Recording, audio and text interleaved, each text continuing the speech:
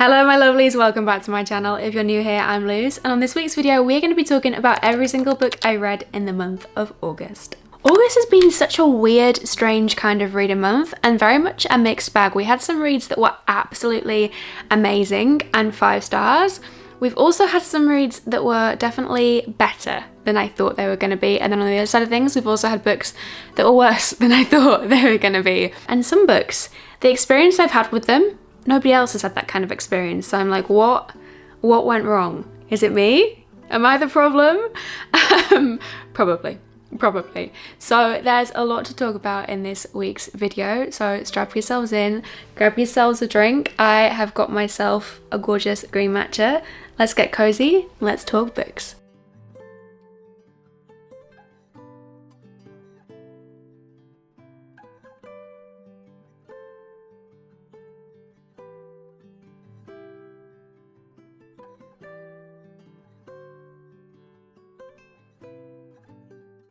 The first book I really want to talk to you about is Servant of Earth by Sarah Hawley. This was what we kickstarted August off with.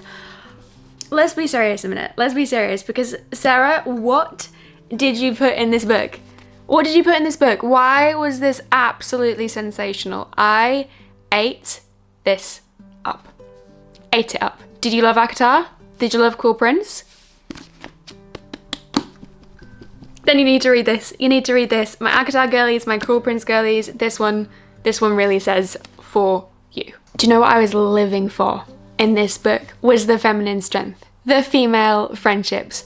I was here for every single second. And there's a part in particular that I can't tell you about without giving spoilers, so I will not do that to you guys, you know I won't. But there was a part in this where I literally like fist pumped the air because I was like, yep.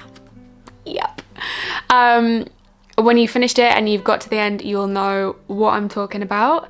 Kenna, our female main character in this, she's my ride or die. I would do anything. I would go to bat. There is nothing I would not do for Kenna. One of the male main characters, he's mysterious, he's broody, and I would very much like more of him. Yes, please. Not only is this complete escapism and complete transportation into another realm, it's also jam-packed with fairies, political intrigue, tension, secrets, every single thing you could want in a romantic fantasy and more. If you don't know what this one's about, this basically follows Kenna, our film main character. She lives in the human realm and she lives a life of poverty. So on the daily, she goes to this bog to search for hidden treasures. And this book starts off with her visiting the bog and she finds this mysterious magical dagger. A series of events unfold. She ends up in the fairy realm and she ends up servant to the heir of the Earth House. And she has to help the heir of the Earth House complete in these series of trials in order to access her full potential and her full magic.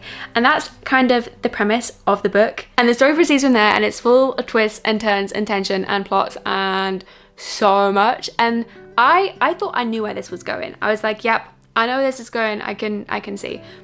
No, I was so wrong. I was so wrong. The ending took me by surprise and I lived for it. Book 2 comes out within the next month and I cannot wait. The ending of this book just has me needing to know where we go next, or what happens next. I need book 2 like plants need air. All the 5 stars. This next one, I need to talk to you guys about it on like a friend to friend kind of level. I need advice, I need thoughts, I need feelings, because I've not heard anybody else have this kind of experience. And the book in question is Kingdom of Claw by Demi Winters. Now you guys all know how much I loved The Road of Bones. This is book 1 in the series, this right here is book 2. So I was so excited to carry on with this. It's thick, it's chunky, and I was like, yeah, I'm here for it because I love book 1 and I want as much as I can get of this world with these characters. This was an interesting one because where do I start? Let's start with all the things I really liked and really enjoyed. This series in general is more political led than romance led, and that is one of the things I absolutely love about it. So yeah, big, huge tick to begin with. I really enjoyed the multiple POVs. We've got different characters' POVs in this and I enjoyed that so much. It made the world feel so much broader and richer and gave us a better picture of everything that's going on and how everything kind of connects. My favourite POVs were actually Saga's and Rurik's. I loved their POVs, and as soon as we got to those chapters I was like, oh, yeah, okay, I'm sat, I am living for this. But the reason that I feel conflicted is because In the middle, I kind of had to push through a little bit. It felt like it lagged for me. 626 pages this is.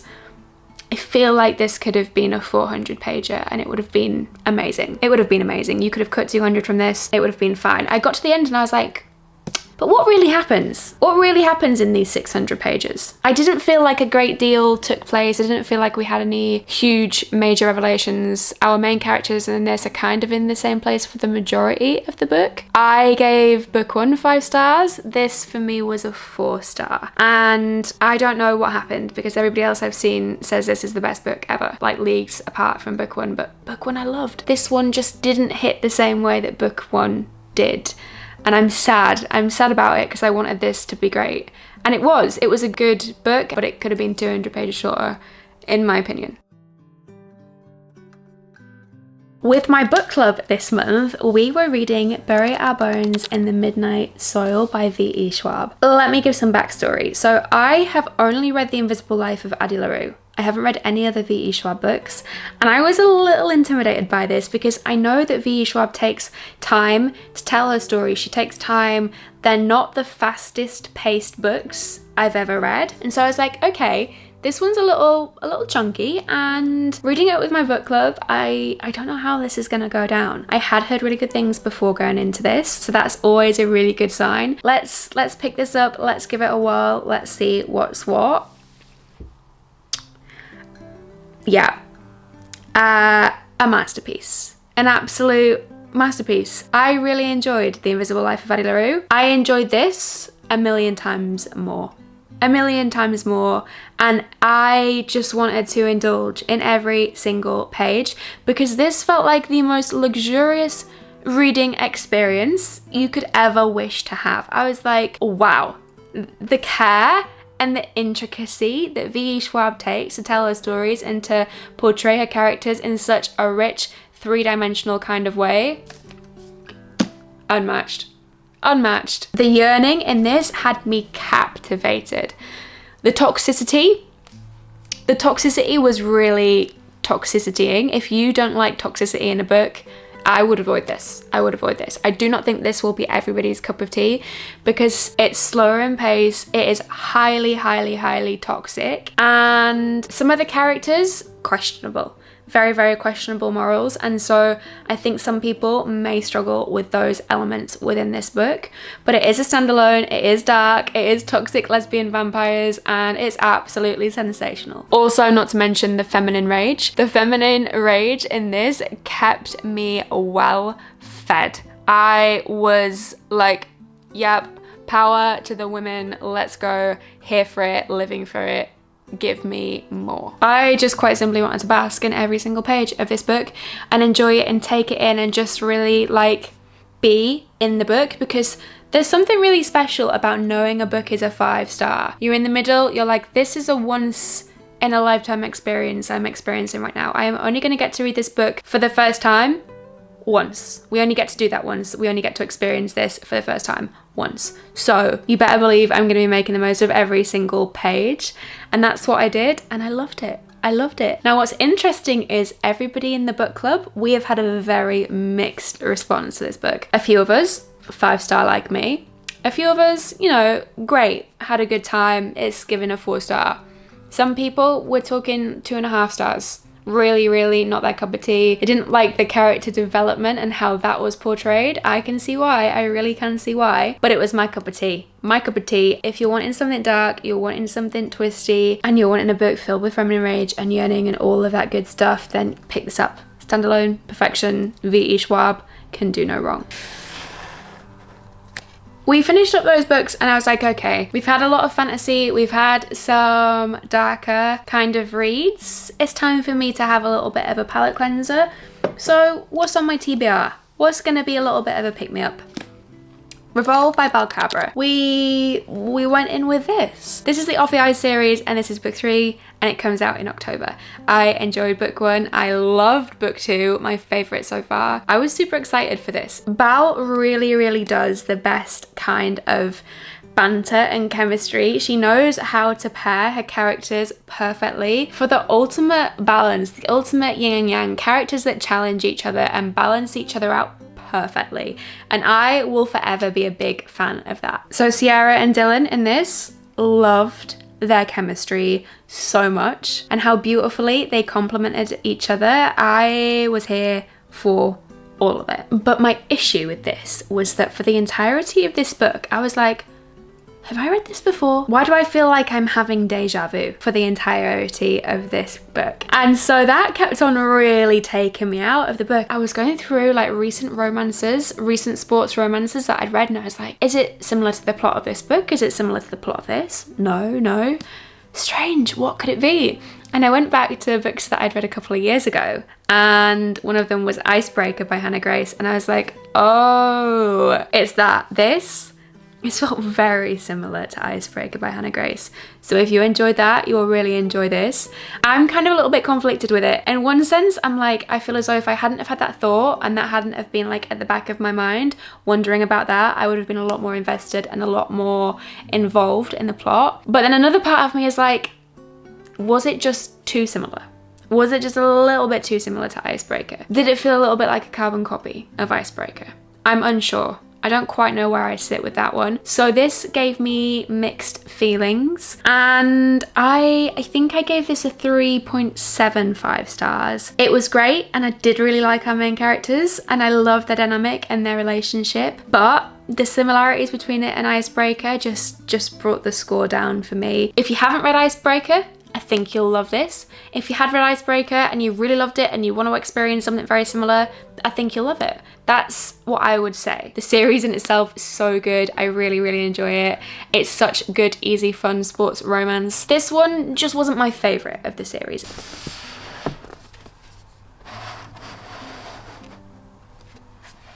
Then we moved on to Vale of Dreams. Now, you guys know from when I picked my TBR for August, I was a little bit reluctant about this. I wasn't super mega excited to read it, but it has been on my TBR for a long time. People say this is better than book one. I enjoyed book one, but I just wasn't mega hyped about picking up book two. This was the biggest surprise of the month for me. I had a really bloody good time. I really did. It's got a refresher in the beginning of book one, so you can have a little recap and then dive into the rest of the book. It's super fast paced, super fun, super easy, and the direction the plot takes I enjoyed so much more than book one. It really gave us a better understanding of Nia and Talon and that whole dynamic that's happening there, and everything just flowed so much better.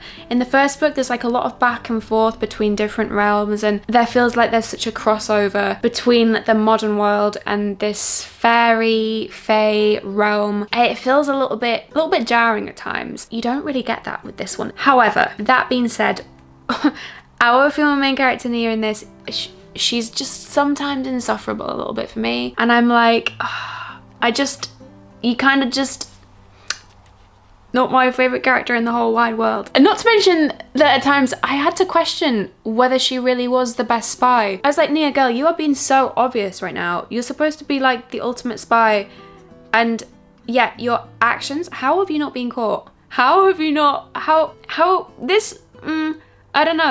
don't know whether this makes entire sense. So that is definitely reflected in the score. Again, another book that I gave 3.75 stars. And if you're a little bit reluctant to pick up book two in this series, I would definitely recommend carrying on, because it just gets so much better. There's a lot more twists, a lot more turns, everything flows a lot more better. Yeah, it's good.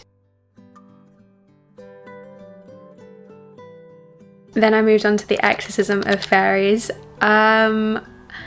Oh my god, guys, this was a really special reading experience for me. I started this book, and a few chapters in, I knew this was gonna be a special read. I was like, wow, I feel so, I've never felt so connected to a book, so like a book was just my entire cup of tea. The writing is spectacular. It's dark academia. It is absolutely filled to the brim with gothic, macabre elements, things that I absolutely love and enjoy. The books like this are my bread and butter, my holy grail. I will never have enough of books like this. I feel like I can literally feel my soul being revived when I read something that is this kind of genre. It's dark academia romance set in 90s Dublin. The absolute picture of perfection. I think if you really enjoyed books like Nocticadia and A Study in Drowning by Ava Reid, you will love this. Love it, love it, love it, love it, love it. Fans of those books are going to be a fan of this book for sure. It's so beautifully written, it's dark, it's gothic, it's eerie. But one of the things that I loved was how adult and sophisticated everything feels. What made this really special for me was the flora and fauna and the folklore elements and how they intertwined with the plot. I thought that was just done absolutely masterfully. The student-teacher romance kept me at the edge of my seat, kept me very, very, very well fed. And I loved our main characters so, so, so much. Yep. And the entire way through I was like, 5 stars, God tier, all the way. I feel it, I know it in my bones. And then we got to the end. And it pains me so much to say this, but the ending was a bit of a disappointment for me. It felt a little bit rushed, and I really wish a little bit more time had been taken to craft the ending of this story so that it was the same kind of quality as the rest of the book. So for that reason, I gave it a 4.5. If the ending had have been done in the way that I would have liked it to have been done, it would have been a God tier read for me, 100%. But aside from that, it was gorgeous, gorgeous, and a must for your autumn TBRs.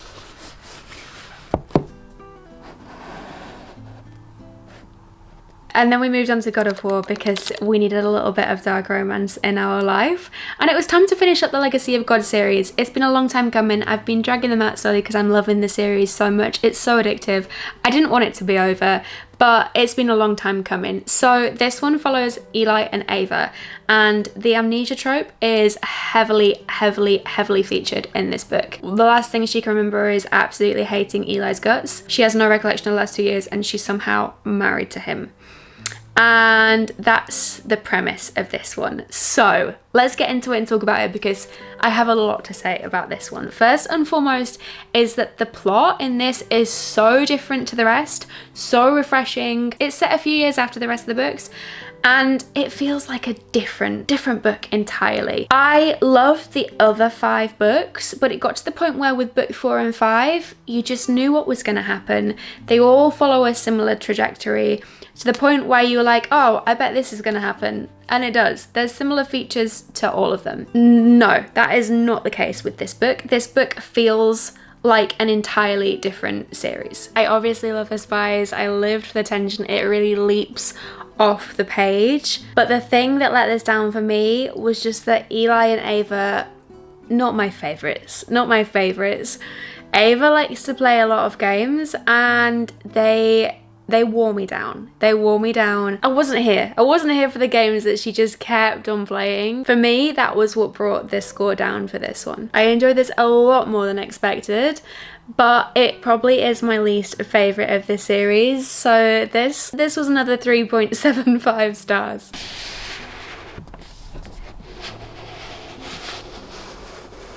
So I did pick up A Flame and Fury towards the beginning of the month, and I wasn't connecting to it. So 30 pages in, I put it down and I was like, we're gonna come back to this in a couple of weeks. So I did. I came back to this at the end of the month. Initially, I've given this 3 stars. The longer I think about it, the more I feel like I've been very generous with that 3. The more I feel like I need to readjust. As always, let's start with the good. It was easy, it was fun, but it did have some underlying deeper themes within the book, which I was surprised about, and I really enjoyed. I enjoyed that it was so much more than just an F1 romance, but with phoenixes. That's basically the premise of this book. Phoenix racing, I was so excited. I was so excited by the premise of that. I was like, I've never read a book about phoenix racing before. That sounds amazing. What is not gonna be to love about this? I loved the phoenixes. I loved that we got to see a book which focused on that particular creature. I thought that was absolutely great. The concept was so refreshing, and I love that. I just wish it could have been executed better, is what I will say. I sadly found myself very disconnected from the world, very disconnected from the characters. The plot just felt more complicated than it needed to be, but not in a good way. Not in like a high fantasy kind of way. And there was quite a lot of contradictions in this. A lot of contradictory factors, and the points of the story, they just didn't quite flow. They didn't quite flow, they contradicted each other. I feel as though I gave this a 3, but now I'm thinking about it, I'm thinking it's probably more like a 2. That's the kind of experience I had. Not my favourite. Not one I will be in a hurry to recommend, sadly.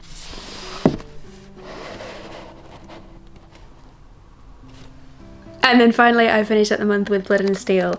Now this was my creator pick for the month by my gorgeous friend Gabrielle, and I was excited. This has got a huge reputation. It's supposed to be like one of the romantasy greats. It's a completed series as well. The concept of this I really, really liked before I even read it. So this is basically set in a world where women, they're not allowed to wield a blade, they're not allowed to be warriors, but all her life, our female main character Athena, she has dreamt of becoming a warrior. She's trained in secret. She's like, this is my life mission, somehow I'm gonna make it happen. And that's where the story starts from and where everything proceeds from. First of all, love her so much. Athena, my girl, the woman that you are. She's the kind of woman who knows what she wants. She knows what she wants, and she knows what she wants in all aspects of her life. And she's gonna get it. She's gonna make sure it's happening. She's confident, she's bold, and boy oh boy is she fierce and feisty and a force. And I cannot wait to see where the rest of her journey goes. You just know it's gonna be good. One of my favorite things about this was the found family. The found family is one of this book's strengths. All day, every day, it carries this book, and in particular, Athena's friendship with Kip and Cal. It's so good. That little band of trio, that little band of warriors, here for it. Every single interaction, it literally did something to my soul. I was like, I feel soothed, I feel healed. I just love them so much. They're like, I don't know, it's so wholesome and so pure. One of my favorite things about this is that it's the kind of book where if you take away the romance, the plot still stands on its own. It doesn't need the romance, but you add in the romance and you've got this gorgeous romantasy situation. And I was really, really here for the romance.